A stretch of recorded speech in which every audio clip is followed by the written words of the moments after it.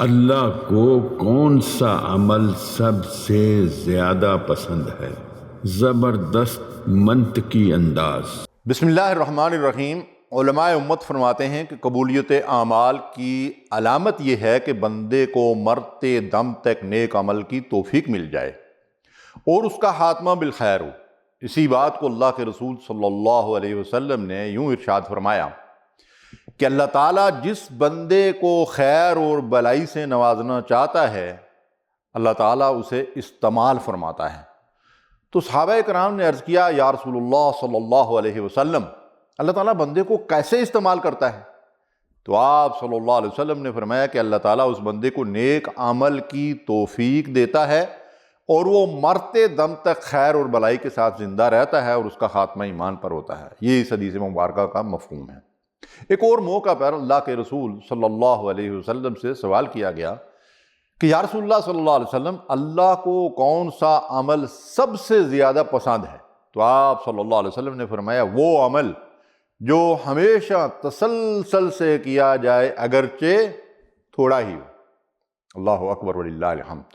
تو ناظرین، آج کی اس نشست میں ہم یہ جائزہ لیں گے کہ قبولیت اعمال کے اسباب اور علامات کیا ہیں۔ جو حدیث مبارکہ میں نے آپ کی خدمت میں پیش کی ہیں، ان احادیث کی روح سے اگر ہم اپنا جائزہ لیں تو جس بندے کو اللہ تعالیٰ نے رمضان میں نیک عمل کی توفیق دی وہ رمضان کے بعد اپنا احتساب کرے اور جائزہ لے کہ کیا اب اسے رمضان ہی کی طرح نماز کی پابندی، قرآن کی تلاوت، ذکر، دعاؤں اور دیگر نیک اعمال کی توفیق مل رہی ہے۔ ایک شخص کہتا ہے کہ مجھے سگریٹ کی عادت ہو گئی ہے اس لیے اسے نہیں چھوڑ سکتا۔ دوسرا کہتا ہے میں موبائل سنتا اور دیکھتا ہوں، عادت بن گئی ہے، نہیں چھوڑ سکتا۔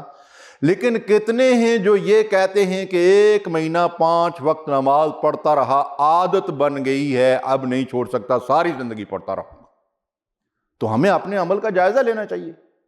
قبولیت کے عمل کا جو سب سے اہم وسیلہ ہے اس کا نام ہے اخلاص۔ اللہ تعالیٰ قرآن مجید میں ارشاد فرماتے ہیں اور ہم نے لوگوں کو اس بات کا حکم دیا ہے کوئی عبادت میں اخلاص اختیار کریں، یعنی اپنے عمل کو صرف اللہ کی رضا کے لیے خالص کر لیں۔ اور حدیث مبارکہ بھی ہے اعمال کی قبولیت کا دار و مدار نیتوں پر ہے، اور فرمایا کہ اللہ تعالیٰ قیامت کے دن تمہارے جسموں اور تمہاری صورتوں کو نہیں دیکھے گا بلکہ تمہارے دلوں اور تمہارے اعمال کو دیکھے گا۔ اور فرمایا کہ اخلاص کے ساتھ تھوڑا سا عمل بھی نجات کے لیے کافی ہو سکتا ہے۔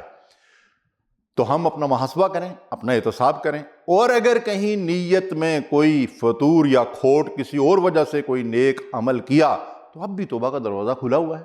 اللہ سے استغفار کریں، معافی مانگیں تاکہ اللہ تعالیٰ ہمارے رمضان کے نیک اعمال کو قبول فرما لے۔ اللہ سے ڈرتے ہوئے زندگی بسر کرنے کا نام تقویٰ ہے۔ اللہ تعالیٰ نے قرآن مجید میں ارشاد فرمایا کہ بے شک اللہ تقویٰ والوں کے عمل کو قبول کرتا ہے۔ دوسری جگہ فرمایا تمہارا خون اور تمہارا گوشت یعنی قربانی کا اللہ کے پاس نہیں پہنچتا بلکہ تمہارے دلوں کا تقویٰ اللہ کے پاس پہنچتا ہے۔ کہ ہم ساری زندگی اللہ سے اس طرح ڈرتے ہوئے اس کے حکم کی اطاعت کریں اور اس کی نافرمانیوں سے اپنے آپ کو بچائیں، جس طرح رمضان کے مہینے میں دن کے وقت تنہائی میں بھی ہم اللہ سے ڈرتے تھے کہ اللہ دیکھ رہا ہے، کچھ کھاتے پیتے نہیں تھے۔ بس ساری زندگی ایسے ہی اختیار کریں، تقویٰ ہوگا تو اعمال اللہ کے ہاں قبول ہوں گے۔ اتباع سنت، ہمارا جو بھی عمل ہو وہ نبی کریم صلی اللہ علیہ وسلم، خلفائے راشدین اور صحابہ کرام رضوان اللہ علیہم اجمعین کے طریقے کے مطابق ہو، ورنہ جو عمل رسول اللہ صلی اللہ علیہ وسلم کے طریقے سے ثابت نہ ہو وہ اللہ کے ہاں قبول نہیں ہوگا۔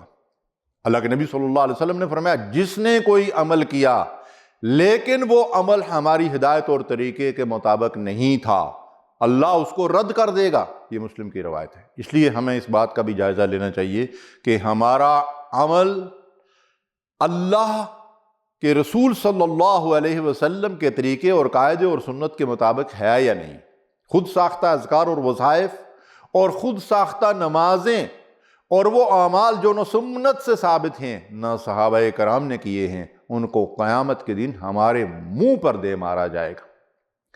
نفلی روزے، رمضان کے بعد اللہ تعالیٰ نفلی روزوں کی بھی توفیق دے، یہ بھی قبولیت اعمال کی ایک علامت ہے۔ اور اللہ کے نبی صلی اللہ علیہ وسلم نے فرمایا جس نے رمضان کے روزے پورے رکھنے کے بعد شوال میں 6 روزے رکھ لیے، اللہ اس کو سال بھر روزے رکھنے کا اجر عطا فرمائیں گے۔ اللہ اکبر وللہ الحمد۔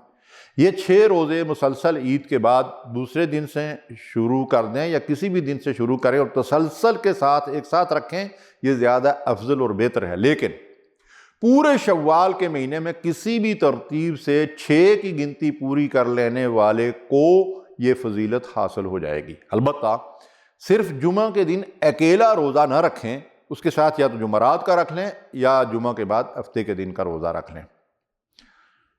معصیت یعنی گناہوں سے اجتناب۔ اعمال کی قبولیت کی ایک علامت یہ بھی ہے کہ بندہ اس ماہ مبارک کے بعد گناہوں سے اجتناب کرے، متقی اور پرہیزگار بن جائے اور مسلسل اللہ سے توبہ استغفار کرتا رہے۔ معصیت اور اللہ اور رسول کی نافرمانی، گناہوں کی آلودگی انسان کو اللہ کی رضا اور اس کی رحمت سے محروم کر دیتی ہے۔ محترم بھائیوں اور بہنوں، گناہ کی لذت بالکل تھوڑی دیر کے لیے اور وقتی ہوتی ہے، لیکن اس کی سزا دائمی، ابدی اور لامتناہی۔ الیاذ باللہ، اللہ ہمیں اس سے محفوظ رکھے۔ نیکی کی مشقت بھی وقتی ہوتی ہے، تھوڑے وقت کے لیے ہوتی ہے، جیسے رمضان کے مہینے کی مشقت، بھوک پیاس کی مشقت، تہجد کے وقت اٹھ کر نماز پڑھنے کی مشقت، جیب سے پیسہ نکال کر حلال کی کمائی اللہ کی راہ میں دینا۔ لیکن ان نیکیوں کے فوائد و ثمرات بھی لامتناہی ہے، جنت کی سداوار نعمتوں کی شکل میں اللہ تبارک و تعالیٰ ان کا بدلہ دے گا۔ شکر گزاری قبولیت اعمال کے لیے ضروری ہے کہ ہم اللہ کے شکر گزار بندے بن کر رہیں۔ اللہ نے ہمیں رمضان میں مختلف عبادات سے اپنے قرب کی توفیق دی، ہمیں قرآن اور اسلام کی نعمت عطا فرمائی اور بے شمار جسمانی روحانی نعمتیں، عافیت، اولاد، مال، دولت، سواری، گھر بار۔ وَإِن تَعُدُّوا نِعْمَتَ اللَّهِ لَا تُحْصُوهَا، ہم اللہ کی نعمتوں کا شمار کر ہی نہیں سکتے۔ تو ان نعمتوں کی شکر گزاری یہ ہے کہ ہم اس رب کے گن گائیں، اس کی حمد و ثنا کریں، اس کے احکامات کی اطاعت کریں اور اس کی نافرمانیوں سے اپنے آپ کو بچائیں اور اس کے دیے ہوئے مال کو اللہ کی راہ میں خرچ کریں۔ اگر تم شکر گزاری کرو گے تو میں تمہیں مزید نعمتیں دوں گا، اور شکر گزاری کے ذریعے سے نعمتوں کو دوام بھی حاصل ہوتا ہے اور ان کے اندر اضافہ بھی ہوتا ہے۔ اور میرے بھائیوں میری بہنوں، سب سے بڑی نعمت اللہ نے ہمیں دی ہے ہدایت، اسلام، قرآن۔ خدا کے لیے اسلام کو سمجھو، اسلام کیا ہے، دین کیا ہے، ہدایت کیا ہے، یہ کتنی بڑی نعمت ہے، اور قرآن کو سمجھ کر پڑھیں اور اس قرآن کے ذریعے سے جو ہدایت ملے اس کے مطابق عمل کریں۔ قرآن کے ساتھ اپنا مستقل تعلق جوڑ لیں، ترجمہ کی مدد سے، تفاسیر کی مدد سے قرآن فہمی کی کوشش کریں، آیات میں غور و تدبر کریں، تفکر کریں اور جو سمجھ میں آئے اس پر عمل کرتے جائیں۔ انشاءاللہ اللہ کی رضا بھی حاصل ہوگی اور مرنے کے بعد جنت کے دائمی عیش و عشرت کے بھی ہم مستحق قرار پائیں گے۔ وآخر دعوانا ان الحمد للہ رب العالمین۔